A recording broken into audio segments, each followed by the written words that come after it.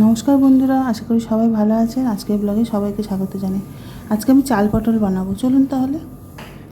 চাল পটল বানানোর জন্য আমি এখানে আলু নিয়ে নিয়েছি, একটা পটল এভাবে কেটে নিয়েছি, এভাবে টুকরো করে কেটে নিয়েছি আলু আর পটল, আর কাঁচা লঙ্কা নিয়েছি। এবার আমি রান্নাটা বসাবো। তার জন্য তেল গরম হয়ে গেছে, আমি তেজপাতা আর গোটা গরম মশলা ফোড়ন দেবো। গোটা গরম মশলা মানে এলাচ, লবঙ্গ, দারচিনি। তারপর আমি আলুটা দিয়ে দেবো। আলুটা ভালো করে ভাজা হবে। আলুটা ভালো করে ভেজে নিয়ে আমি এর মধ্যে পটলটা অ্যাড করব। পটলটা অ্যাড করে ভালো করে ভেজে নেব। একটু লালচে হয়ে গেলে আমি এর মধ্যে এবার মশলা অ্যাড করব এক এক করে। হলুদ দিলাম, এরপর দেবো জিরে গুঁড়ো, আদা বাটা, শুকনো লঙ্কা বাটা,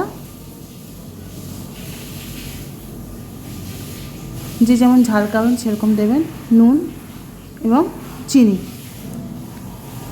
চিনিটা একটু বেশি লাগবে কারণ রান্নাটা একটু মিষ্টি মিষ্টি হবে। এবার ভালো করে কষাতে হবে। এরপর আমি এখানে কাঁচা লঙ্কা দেবো, ভালো করে কষিয়ে নেব এবার মশলাটা। এবার আমি এখানে আতপ চালকে ভালো করে ধুয়ে শুকিয়ে রেখেছি, এই আতপ চালটা অ্যাড করে দেবো এবং ভালো করে ভাজবো আতপ চালটা যতক্ষণ না অবধি চালের কালারটা অন্যরকম হয়। এবার জল দিয়ে দেবো এবং সেদ্ধ হতে দেবো।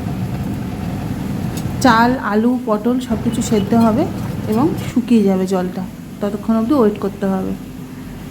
এই দেখুন শুকিয়ে এসেছে জলটা, চালটাও সেদ্ধ হয়েছে এবং আলু, পটল সব কিছুই ভালোভাবে সেদ্ধ হয়ে গেছে। এবার আমি এর মধ্যে ঘি দেবো 2 চামচ এবং গরম মশলার গুঁড়ো অ্যাড করব। দিয়ে ভালো করে নাড়িয়ে একটু স্ট্যান্ডিং টাইম দেবো, তাহলে আমার চাল পটল রেডি।